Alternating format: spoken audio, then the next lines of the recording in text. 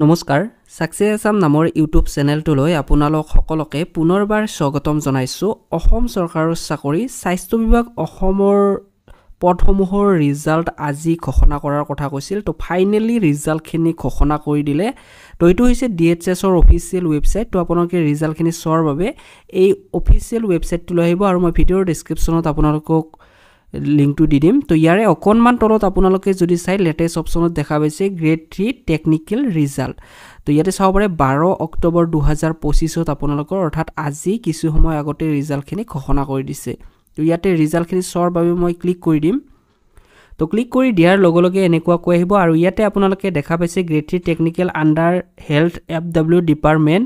তো ইয়াতে 14 MB এটা PDF আপোনালোকে দেখা পাব। তো ইয়াতে আপোনালোকে ক্লিক কৰি দিয়াৰ লগে লগে আপোনালোকৰ ৰিজাল্টখিনি ডাউনলোড হৈ যাব। তো এইখন হৈছে নোটিছখন। তো ইয়াতে আপোনালোকে দেখা পাইছে গভৰ্ণমেণ্ট অফ আসাম। তো ইয়াতে DME অৰ্থাৎ directorate of medical education Assam, directorate of health service, directorate of health service FW আৰু ডাইৰেক্টৰেট অফ আয়ুষ আসাম। তো ইয়াতে 12 অক্টোবৰ 2025 অৰ্থাৎ আজি কিছু সময় আগতে ৰিজাল্টখিনি ঘোষণা কৰি দিছে। তো ইয়াতে যিখিনি আপোনালোকৰ গ্ৰেড 3 টেকনিক্যাল পদ হয় তাৰে ৰিজাল্টখিনি ঘোষণা কৰি দিয়া হৈছে। তো ইয়াতে চাব পাৰে টেকনিচিয়ান পদৰ ৰিজাল্ট ঘোষণা কৰিছে, লগতে আৰ্টিষ্ট, ফিজিঅথেৰাপিষ্ট, লগতে আপোনালোকৰ photography, staff nurse, midwife, ANM।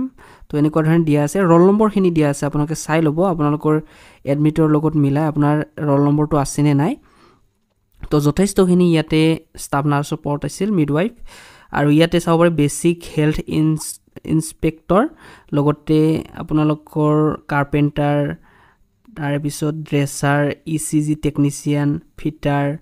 তো সকলোখিনি পদৰে আপোনালোকৰ ৰিজাল্ট ঘোষণা কৰিছে। ICU technician, laboratory technician.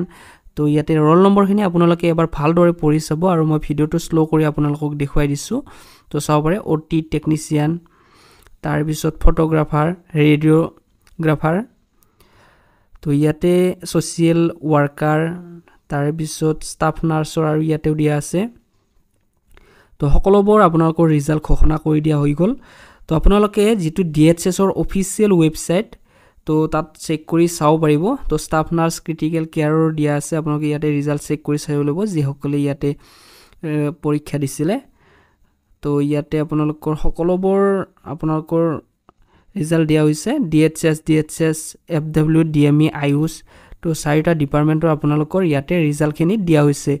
তো আপোনালোকক মই ভিডিঅ'ৰ ডেসক্ৰিপচনত লিংকটো দি দিম, ডাইৰেক্টলি আপোনালোকে চেক কৰি চাব পাৰিব নিজৰ ৰোল নম্বৰটো আছে নে নাই।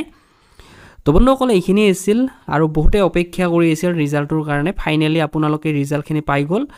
তো ভিডিঅ'টো এইখিনিতে সামৰিলোঁ আৰু এনেকুৱা ধৰণৰ ভিডিঅ'খিনি পোৱাৰ বাবে আপোনালোকে আমাৰ এই চেনেলৰ লগত জড়িত হৈ থাকিব। চেনেলটো ছাবস্ক্ৰাইব কৰি ৰাখিব।